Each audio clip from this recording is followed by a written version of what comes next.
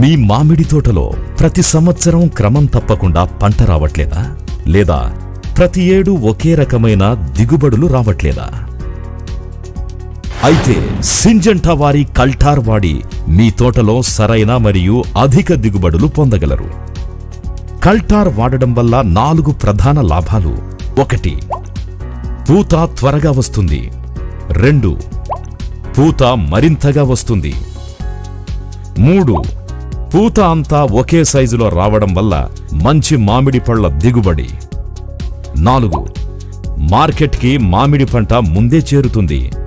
తద్వారా మరింత లాభాన్ని పొందవచ్చు. కల్టార్ వాడుటకు సరైన పద్ధతి. కల్టార్ని చెట్టు యొక్క నీడను బట్టి అనగా మధ్యాహ్నం 12 గంటలకు వాడాలి. చెట్టు యొక్క నీడను హద్దుగా చేసుకుని చెట్టు చుట్టూ పాదు తీయాలి. పాదు యొక్క లోతు 5 నుండి 6 ఇంచులు మరియు వెడల్పు 3 నుండి 4 ఇంచులు ఉండాలి. 10 నుండి 12 లీటర్ల నీళ్లలో కల్టార్ని కలిపి పాదు మొత్తం సమానంగా పోసి అనంతరం మట్టితో కప్పాలి.